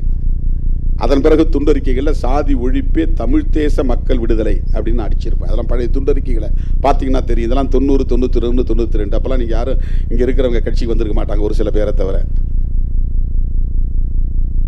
மதுரையிலிருந்து வந்த தோழர்களுக்கு தெரியும், துண்டறிக்கைகள் எடுத்து பார்த்தா தெரியும். சாதி ஒழிப்பே மக்கள் விடுதலை, இதுதான் நம்முடைய இந்த இயக்கத்தை நான் தொடங்கிய போது, தேர்தல் அரசியலில் ஈடுபடாத போது நான் முன்வைத்த முதல் முழக்கமே இதுதான். இன்னைக்கு தன்னியல்பா அண்ணா அதை பேசுறாருன்னா அவரு இடதுசாரி சிந்தனையாளராக இருக்கிறார், பெரியாரியவாதியாக இருக்கிறார். அதனால் அவருக்கு தன்னியல்பாக இது வருகிறது. இங்கே தமிழ் தேசியம் பேசுகிறவர்கள் யாராவது சாதி ஒழிப்பை பற்றி பேசுகிறார்களா? அதை விட பெரிய அபத்தம் என்னவென்றால், பெரியாரை எதிர்த்து தமிழ் தேசியம் கட்டுகிறார்கள். தமிழ் தேசியத்தின் உண்மையான எதிரி யார் என்பதை கூட உங்களால் அடையாளம் காண முடியவில்லை என்கிற போது நீங்கள் எப்படி தமிழ் தேசியத்திற்கு ஆதரவான சக்தியாக இருக்க முடியும்? இது பெரிய முக்கியமான ஒரு செய்தி. இது தமிழ் தேசியம் பேசுகிறார்கள், போலி தமிழ் தேசியத்தை பேசுகிறார்கள். உள்ளபடியே தமிழ் தேசியத்தின் எதிரி எதுவாக இருக்க முடியும் என்றால் இந்திய தேசியமாகத்தான் இருக்க முடியும். தெலுங்கர் எப்படி தமிழ் தேசியத்திற்கு எதிராக இருக்க முடியும்? கன்னடன் எப்படி தமிழ் தேசியத்திற்கு எதிராக இருக்க முடியும்? அவனவன் தேசியத்தை அவனவன் கட்டியமைக்க வேண்டும். ஒவ்வொரு தேசிய இனமும் ஒருங்கிணைந்து ஐக்கிய முன்னணியை கட்டி எழுப்ப வேண்டும். வலிந்து இந்திய தேசியத்தை அவர்கள் உருவாக்குகிறார்கள். அது இன்றைக்கு பிஜேபியால் முன்வைக்கப்படுகிற இந்துத்துவ தேசியமாக அது இருக்கிறது, மதவழி தேசியமாக அது இருக்கிறது. அதையெல்லாம் பேசாமல், அதையெல்லாம் எதிர்க்காமல், அதையெல்லாம் அம்பலப்படுத்தாமல், அவர்கள்தான் இவ்வளவுக்கும் காரணம் என்று சொல்லாமல், அவர்களுக்கு பின்னால் இருக்கிற அதானி அம்பானி போன்ற பெருமுதலாளிகளை பேசாமல் பெரியாரை போய் எதிர்க்கிறார்கள் என்று சொன்னால் இவர்கள் யாருடைய ஆட்கள் என்பதை புரிந்து கொள்ள வேண்டும். தோழர்களே, மத பெருமிதம் பேசுகிற இடத்தில் நீங்கள் எச்சரிக்கையாக இருக்க வேண்டும். சாதி பெருமை பேசுகிற இடத்திலே எச்சரிக்கையாக இருக்க வேண்டும். திராவிட அரசியலை எதிர்ப்பவர்களிடம் எச்சரிக்கையாக இருக்க வேண்டும். அதிலும் குறிப்பாக பெரியாரை விமர்சிப்பவர்களிடம் எச்சரிக்கையாக இருக்க வேண்டும். இது ஒரு மெசேஜ் நான் சொல்றேன், ரொம்ப முக்கியமான செய்தி இது. எல்லோரும் இங்கே குழப்பிக் கொண்டிருக்கிறார்கள். கருத்தியல் அடிப்படையில் நமக்கு ஒரு தெளிவு தேவை, நமக்கு ஒரு தொலைநோக்கு பார்வை தேவை. அதிமுக வெறும் அரசியல் ஆதாயம் கருதி இன்றைக்கு பாரதிய ஜனதாவோடு சேர்ந்து கொண்டு நியாயப்படுத்தி பேசிக் கொண்டிருக்கிறார்கள். உள்ளபடியே எம்ஜிஆருக்கும் ஜெயலலிதாவுக்கும் அவர்கள் விசுவாசமாக இருந்திருந்தால் அவர்களால் பிஜேபியோடு சேரவே முடியாது. எடப்பாடி பழனிசாமி அவர்கள் மீது நான் மரியாதை வைத்திருக்கிறேன். நீங்கள் மிகப்பெரிய வரலாற்று பிழையை செய்கிறீர்கள். சமூக நீதி அரசியலை கற்று வளர்ந்த அதிமுக தொண்டர்களை எல்லாம் பாஜகவுக்கான ஆட்களாக மாற்றிக் கொண்டிருக்கிறீர்கள். சங்க பரிவாரங்களுக்கு தொண்டு செய்யக்கூடிய தொண்டர்களாக மாற்றிக் கொண்டிருக்கிறீர்கள். அடிப்படை பிரச்சனைகளுக்காக போராடாதவர்கள் இன்றைக்கு எந்த ஒரு பக்தனும் கேட்காத நிலையிலே முருக பக்தர் மாநாடு நடத்துகிறார்கள். அவர்கள் உண்மையிலேயே முருக பக்தர்கள் அல்ல, மோடி பக்தர்கள். அது மோடி பக்தர்களின் மாநாடு, அது முருக பக்தர்களின் மாநாடு கிடையாது. முருக பக்தர் மாநாடு நாமளும் போயிருக்கணும்ல, நாமெல்லாம் முருக பக்தர்கள் தானே. நாம அவரை கடவுளா நினைக்கிறனால நம்முடைய முன்னோரா நினைக்கிறோம் இல்ல. தமிழ் முன்னோர்களில் அவரும் ஒருவர் என்பதுதானே நமக்கு சங்க இலக்கியம் சொல்லுகிறது. குறிஞ்சி திணையின் தலைவர் தானே. அவர்கள் என்ன சதித்திட்டம் தீட்டி வருகிறார்கள் என்பது அதிமுக தலைவர்களுக்கு தெரியாதா? RSS நிகழ்ச்சியிலே போய் கலந்து கொள்ளக்கூடிய அளவுக்கு எப்படி நீங்கள் நீர்த்து போனீர்கள்? முருகபக்தர் மாநாட்டிலே போய் அமர்ந்திருக்கிற போது அண்ணாவை இழிவுபடுத்தி வீடியோ ஒளிபரப்புகிறார்களே, அதையெல்லாம் எப்படி உங்களால் வேடிக்கை பார்க்க முடிகிறது? இது எங்கே போய் முடியும்? நாங்க திமுக கூட்டணியில் இருக்கிறதால தான் இப்படி பேசுறீங்க சொல்றீங்க. கிடையாது. அதிமுகவையும் ஒரு திராவிட இயக்கம் என்று நம்புவதால் இதை பேசுகிறோம். அதிமுக தலைவர்களும் தொண்டர்களும் பெரியார் வழி வந்தவர்கள் என்று நம்புவதால் இதை பேசுகிறோம். இல்லைன்னா அதை பேச போறதில்லை, அதை பேச வேண்டிய அவசியமும் இல்லை. இன்னைக்கு என்ன நிலைமை? மனைப்பட்டா கேட்டு போராடிய வரலாறு பாஜகவுக்கு உண்டா? எத்தனை முருக பக்தர்களுக்கு மனைப்பட்டா இல்லாமல் இருக்கிறது? கோடிக்கணக்கான பேர் மனைப்பட்டா இல்லாமல் இருக்கிறார். உலகத்தில் எந்த நாட்டிலும் மனைப்பட்டா கேட்டு மனு போடுகிற அவலம் கிடையாது, இந்தியாவை தவிர. இந்தியாவை தவிர உலகத்தில் எந்த நாட்டிலும் மண்ணின் மைந்தர்கள் எனக்கு மனைப்பட்டா இல்லை, நான் புறம்போக்கிலே கிடக்கிறேன், ஏரி புறம்போக்கிலே, குட்டை புறம்போக்கிலே, நத்தம் புறம்போக்கிலே கிடக்கிறேன், குடிசையிலே கிடக்கிறேன், எனக்கு வீடு மனைப்பட்டா வேண்டும் என்று மனு போடுகிற அவலம் உலகத்தில் இந்திய மண்ணில் மட்டும்தான் இருக்கிறது. அந்த மக்களுக்காக என்ன போராட்டங்களை நீங்கள் முன்னெடுத்திருக்கிறீர்கள்? மண்ணுரிமை போராட்டம் நடத்தியவர்கள் விடுதலை சிறுத்தைகள். மனைப்பட்டா இல்லாத அனைவருக்கும் மனைப்பட்டா வழங்க வேண்டும் என்று கோரிக்கை வைத்து 5 கோரிக்கைகளை முன்வைத்து நாம் போராட்டம் நடத்தி இருக்கிறோம். ஃபீல்டுக்கே வராதவன் இன்னைக்கு உட்கார்ந்துட்டு எங்கே ஒரு மூலையில ஃபேஸ்புக்கில் எழுதிட்டு இருக்கிறான். அவனுக்கு ஃபீல்டு எக்ஸ்பீரியன்ஸ்னா என்னன்னே தெரியாது. 1 கிலோமீட்டர் தூரம் அவன் பயணித்தாதான் தெரியும் இந்த சாதி இறுக்கம் நிறைந்த சமூக கட்டமைப்பிலே பாயிண்ட் டு பாயிண்ட் டிராவல் பண்றது எவ்வளவு பெரிய ஸ்ட்ரகிள்ங்கிறது அவனுக்கு தெரியாது. ஒரு கொடியேற்றுவது என்பது எவ்வளவு பெரிய யுத்தம் என்பது களத்தில் நிற்கிற நமக்குத்தான் தெரியும். இந்த மக்களுக்கான பிரச்சனைகளை வெளிச்சம் போட்டு அம்பலப்படுத்தியது இந்த இயக்கம். அதெல்லாம் யாரும் புரிந்து கொள்ள முடியாது. சோசியல் மீடியாவில் கண்டவெல்லாம் கண்டதை எழுதுறான். நான் அவர்களுக்காக பேசவில்லை. என்னை பின்பற்றக்கூடிய உங்களுக்கு ஒவ்வொரு தளத்திலும் ஒவ்வொரு களத்திலும் கொள்கை அடிப்படையிலான புரிதல் தேவை. கொள்கை அடிப்படையிலான புரிதல் தேவை. அவன் சொல்ற மாதிரி ஏதோ டிஎம்கே கூட இவங்க டைப் ஆயிட்டாங்க, அதனால தான் இப்படி ஏடிஎம்கே பக்கம் போகாம இருக்கிறாங்க அப்படின்னு இந்த கட்சியின் தொண்டன் புரிந்து கொள்ளக்கூடாது. இந்த கட்சியின் தலைவர்கள் புரிந்து கொள்ளக்கூடாது, தவறாக புரிந்து கொள்ளக்கூடாது. இதை சொல்றதுக்கே ஒரு போல்ட்னஸ் வேணும்.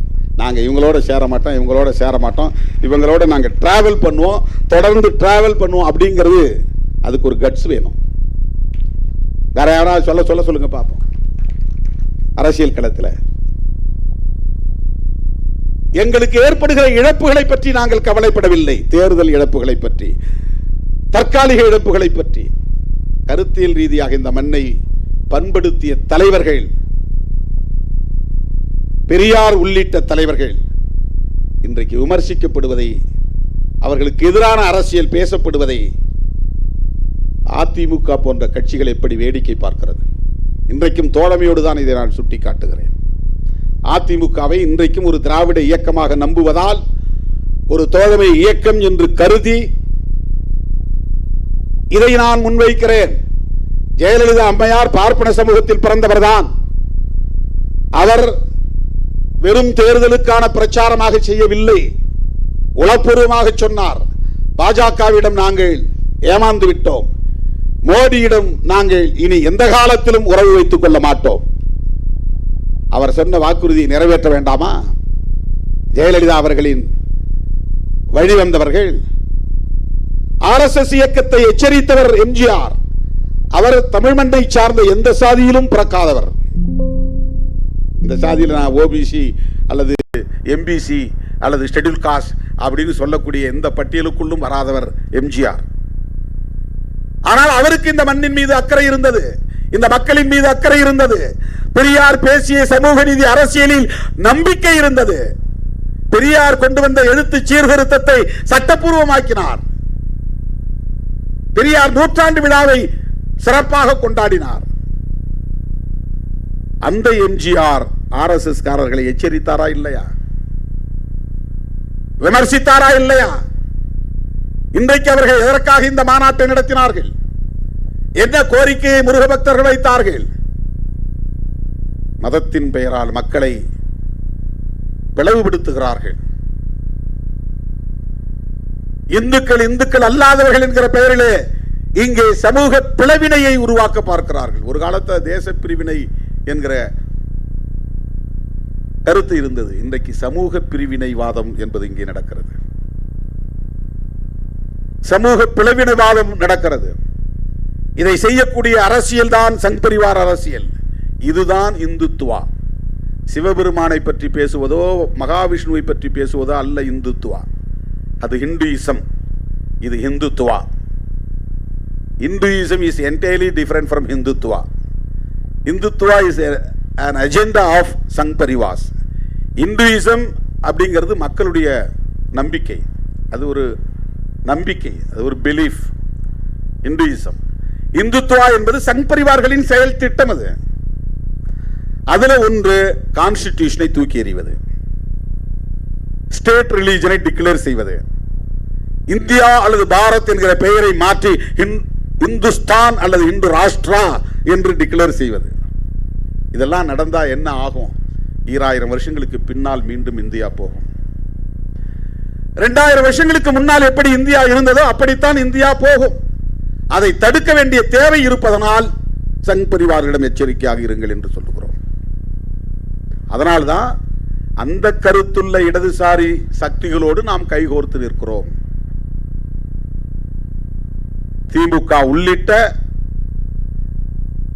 மதசார்பற்ற முற்போக்கு கூட்டணி. அந்த கூட்டணிக்கு பேர் கலைஞர் எப்படி வச்சிருக்காரு பாருங்க, மதசார்பற்ற முற்போக்கு கூட்டணி. ஜனதான் ஒரு கட்சி, ஒரு கூட்டணி உருவாச்சு காங்கிரஸை வீழ்த்துவதற்காக. ஆல் இண்டியா லெவல்ல ஜனதான்னா மக்கள் அணின்னு பேரு. அந்த ஜனதாவில் ஒரு இயக்கமா இருந்தது ஜனசங், ஜனசங்கம், மக்கள் சங்கம். அதுதான் பிற்காலத்தில் பாரதிய ஜனதான் மாறிச்சு. அதிலிருந்து பிரிஞ்சு வந்தவங்கல்ல ஜனதா தள், அதுல VP சிங் ஒரு முக்கியமான தலைவர். அந்த ஜனதா தள் பிரியும் போது தேவகவுடா போன்ற தலைவர்கள்லாம் ஜனதா தள் செக்யூலர் அப்படின்னு பேர் வச்சாங்க. தலைவர்கள் நமக்கு முன்னர் இருந்த தலைவர்களை எப்படி இந்த செக்யூலரிசத்தின் மீது ஒரு ஈடுபாடு கொண்டிருக்கிறார்கள், கருத்து ஊன்றி தலைப்பை கூட, ஒரு இயக்கத்தின் தலைப்பில் கூட செக்யூலர் அப்படிங்கிற ஒரு பெயரை வச்சிருக்காங்க பாருங்க. Janata Dal United, Janata Dal secular. Secularism நீண்ட நாட்களாக அரசியல் புழக்கத்தில் இருந்து வருகிறது. அதற்கு என்ன காரணம் என்றால், வளர்ந்து வருகிற போதே பாரதிய ஜனதா எப்படிப்பட்ட அரசியலை முன்னெடுக்கும் என்பதை தொலைநோக்கு பார்வையில் புரிந்து கொண்டு முன்னுணர்ந்து தலைவர்கள் அப்படி பெயரை வைத்திருக்கிறார்கள். திமுக உருவாக்கிய அணிதான், நாமும் அதில் இடம்பெற்றிருக்கிறோம். அந்த அணியின் தலைப்பே பெயரே மதசார்பற்ற முற்போக்கு கூட்டணி. இது லோக்கல்ல ஸ்டேட் மாநில அளவிலான சட்டமன்ற தேர்தலுக்கு உருவான அணிதானே. இங்க என்ன செக்யூலர் ஃப்ரண்ட் தேவையில்லையே அப்படின்னு சொல்லலாம். தேசிய பார்வை இருப்பதனால், ஆல் இந்தியா விஷன், ஒரு தேசிய பார்வை இருப்பதனால் செக்யூலர் என்பது முக்கியமானது என்பதை உணர்ந்த காரணத்தினால் தான் அன்றைய திமுக தலைவர் முத்தமிழறிஞர் கலைஞர் அந்த கூட்டணிக்கு மதசார்பற்ற முற்போக்கு கூட்டணி என்று பெயர் வைத்திருக்கிறார். நாம் அதெல்லாம் இணைஞ்சு இயங்குவதற்கு இதுவெல்லாம் ஒரு காரணம். இப்படிலாம் தான் ஐடியாலஜிக்கலாக நாம் இணைஞ்சு நிற்கிறோம். இன்னைக்கு ஐயா 83 வயது, காயல், டாக்டர் காயல் மௌலானா காயல்பட்டினத்திலிருந்து வந்திருக்கிறார். விடுதலை சிறுத்தைகள் கட்சியில் இன்னைக்கு இணைந்து விட்டார். கிட்டத்தட்ட 50-60 ஆண்டுகள் 60 ஆண்டுகள் அதிமுகவிலே பயணம் செய்த பெரியவர், மூத்தவர், ஒரு இஸ்லாமியர். He joined in our party today. He traveled more than 50 years in ADMK, Dravidian politics. ஏன் அவர் நம்மகிட்ட இணைச்சிருக்கு? செக்யூலர், மத சார்பின்மை என்கிற அரசியல் தான். ஏடிஎம்கே அதை பொருட்படுத்தாமல் வெறும் அரசியல் ஆதாயத்திற்காக, தற்காப்புக்காக பிஜேபியோடு கூட்டணி வைத்திருப்பதை அவரால் சகித்துக் கொள்ள முடியவில்லை.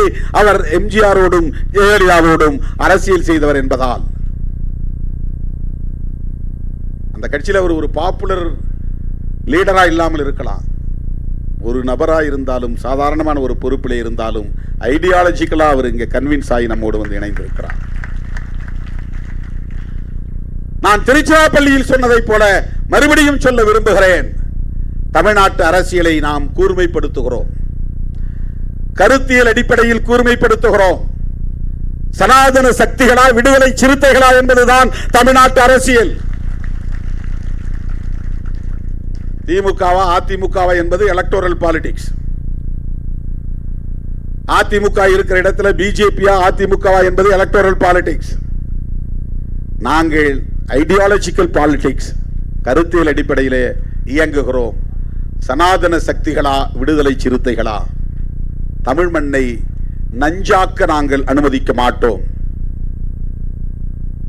அதிமுக ஒரு வரலாற்று பிழையை செய்கிறது என்கிற கவலையை பதிவு செய்ய வேண்டியது எங்களின் கடமை. தமிழ்நாட்டு அரசியலை மடைமாற்றம் செய்ய, மதவாத அரசியலை நோக்கி மடைமாற்றம் செய்ய பலர் இங்கே பல வேஷம் கட்டி ஆடுகிறார்கள். போலி தமிழ் தேசியம் பேசக்கூடியவர்களும் அந்த அரசியலை தான் இன்றைக்கு முன்னெடுக்கிறார்கள். இதற்கெல்லாம் நாம் ஒருபோதும் இடம் கொடுக்க கூடாது. அண்ணன் சொன்னதை போல சாதி ஒழிப்பே தமிழ் தேசியம், அதுதான் விடுதலை சிறுத்தைகள் முன்வைப்பது. சாதி ஒழிப்புன்னா எதை எதிர்த்து போராட வேண்டியிருக்கும்? சங் பரிவார்களின் பாசிசத்தை எதிர்த்து போராட வேண்டும். தோழர்களே, அந்த அடிப்படையில் தான் விருதுகள் வழங்கும் விழாவுக்கு இன்றைக்கு நாம் தேர்வு செய்திருக்கிற இந்த சான்றோர் பெருமக்கள். அண்ணன் வைத்திலிங்கம் அவர்கள் இங்கே இல்லை. அவர் இருந்தால் ஒரு கோரிக்கை வைக்க நான் எண்ணி இருந்தேன். இருந்தாலும் இங்கே சொல்ல விரும்புகிறேன். புதுச்சேரியில் அடுத்து சட்டமன்ற தேர்தல் முடிந்ததும் நிச்சயம் நம்முடைய கூட்டணி அங்கே ஆட்சி அமைக்கும். இந்தியா கூட்டணி, விடுதலை சிறுத்தைகளும் இடம்பெறப் போகிற கூட்டணி. காங்கிரஸ் தலைமையிலான அந்த அணி ஆட்சி அமைக்கிற போது நாங்கள் கோரிக்கை வைத்து அன்றைய முதலமைச்சர் நாராயணசாமி அவர்களுக்கு அம்பேத்கர் சுடர் விருதினை ஏன் வழங்கினோம் என்றால், ஆதி திராவிடர் சமூகத்தை சார்ந்த 16% மக்களுக்கு ஆரம்ப கல்வி முதல் ஆராய்ச்சி கல்வி வரையில் கட்டணமில்லாத கல்வியை வழங்கியதற்காக பாராட்டி அவருக்கு அம்பேத்கர் சுடர் விருதினை வழங்கினோம்.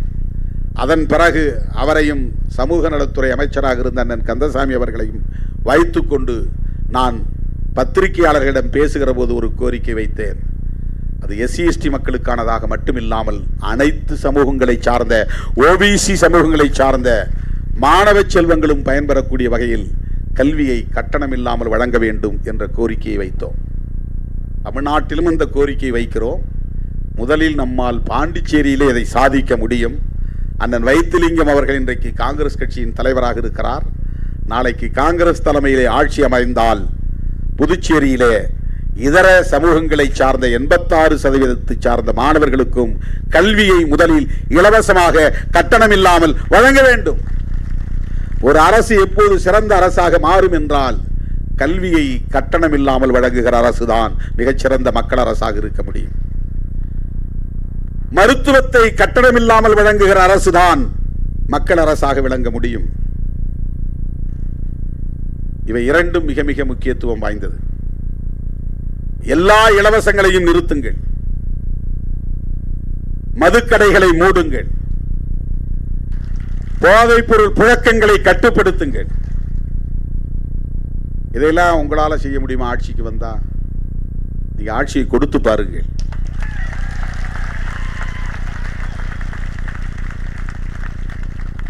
மற்றவங்க மாதிரி 400 ரவுடின்னு நாங்க பேச வரல. சார் என்னையை ஏத்துங்க, 400 ரவுடி தான்.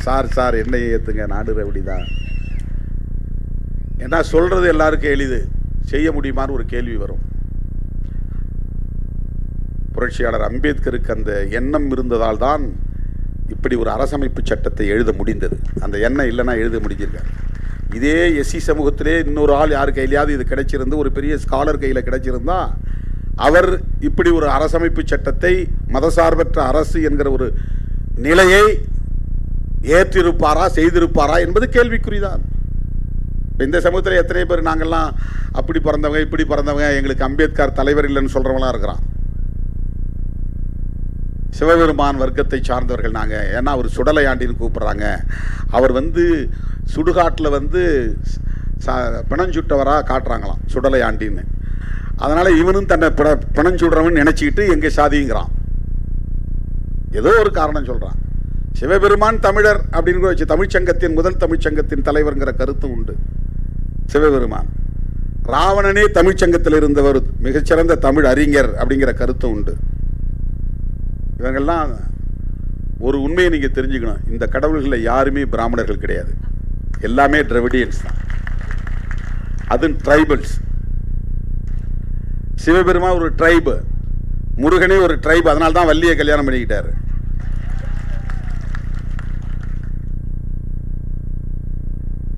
குறவர்னா குறுகி போன சமூகம்னு அர்த்தம். குறுந்தொகைங்கிறோம் இல்லையா, குறுகி போனவர்கள்னு அர்த்தம். பெரிய விரிந்த ஒரு சமூகமாக தமிழ் சமூகமாக இருந்தவங்க மெல்ல மெல்ல மெல்ல மெல்ல மெல்ல அவங்க ஒரு அடையாளத்தில் குறுகி போனாங்க. குறவர்.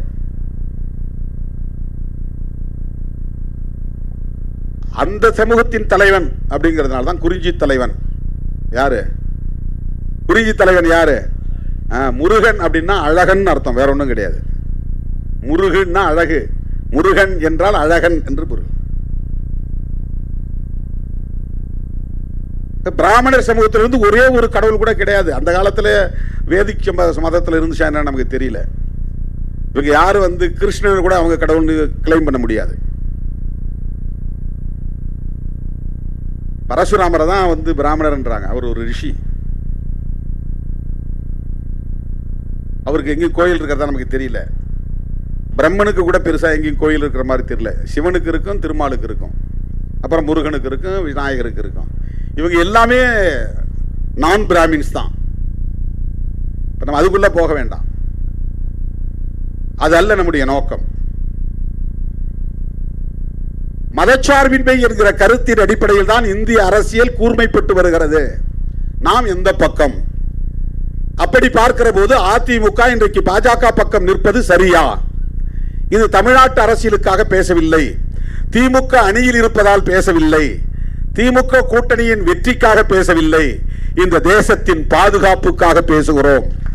சங் பரிவார் கும்பலிடமிருந்து கருத்தியல் அடிப்படையிலே இடதுசாரிகள் அணிதிரண்டு இந்த தேசத்தையும் மக்களையும் காப்பாற்ற வேண்டும் என்பதற்காக பேசுகிறோம்.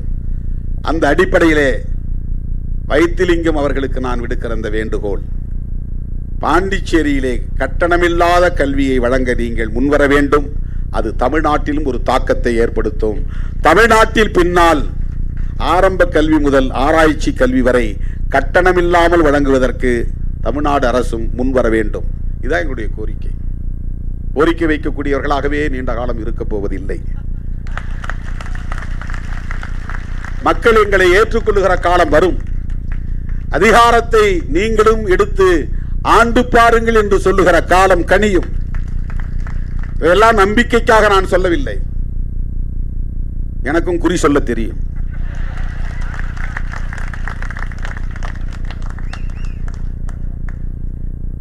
சிறுத்தைகள் ஒரு நாள் ஆளும் சக்தியாக பரிணமிப்பார்கள் என்கிற நம்பிக்கை உண்டு. எனது அருமை தோழர்களே, என்னுடைய அழைப்பை ஏற்று இந்த நிகழ்வுக்கு வருகை தந்த உங்கள் அனைவருக்கும் நன்றி சொல்லி, வழக்கம் போல இந்த கொடையை அளிப்பவர்கள் இன்னும் சிலர் தரவில்லை, ஒரு 20-25 பேர். அவர்கள் ஓடிவிடக்கூடாது, இருந்து வழங்க வேண்டும் என்று கேட்டுக்கொண்டு, இந்த நிகழ்ச்சியில் இரா செம்மல் பெயர் விடுபட்டு போனது, அவரும் நன்கொடை வழங்கியிருக்கிறார், அவருக்கும் நன்றி. பணம் எடுத்து வந்தவர்கள் இருந்து வழங்கிவிட்டு போக வேண்டும் என்று கேட்டுக்கொண்டு, நான் விடுத்த அழைப்பை ஏற்று கோட்டு சூட்டோடு வந்து இந்த நிகழ்வை சிறப்பித்த என் உயிரின் உயிரான விடுதலை சிறுத்தைகளுக்கு சிறப்பான நன்றியை சொல்லி, நம்முடைய அழைப்பை ஏற்று இந்த விருதுகளை பெற்ற சான்றோர் பெருமக்களுக்கும் நன்றி சொல்லி முடிக்கிறேன். நன்றி, வணக்கம்.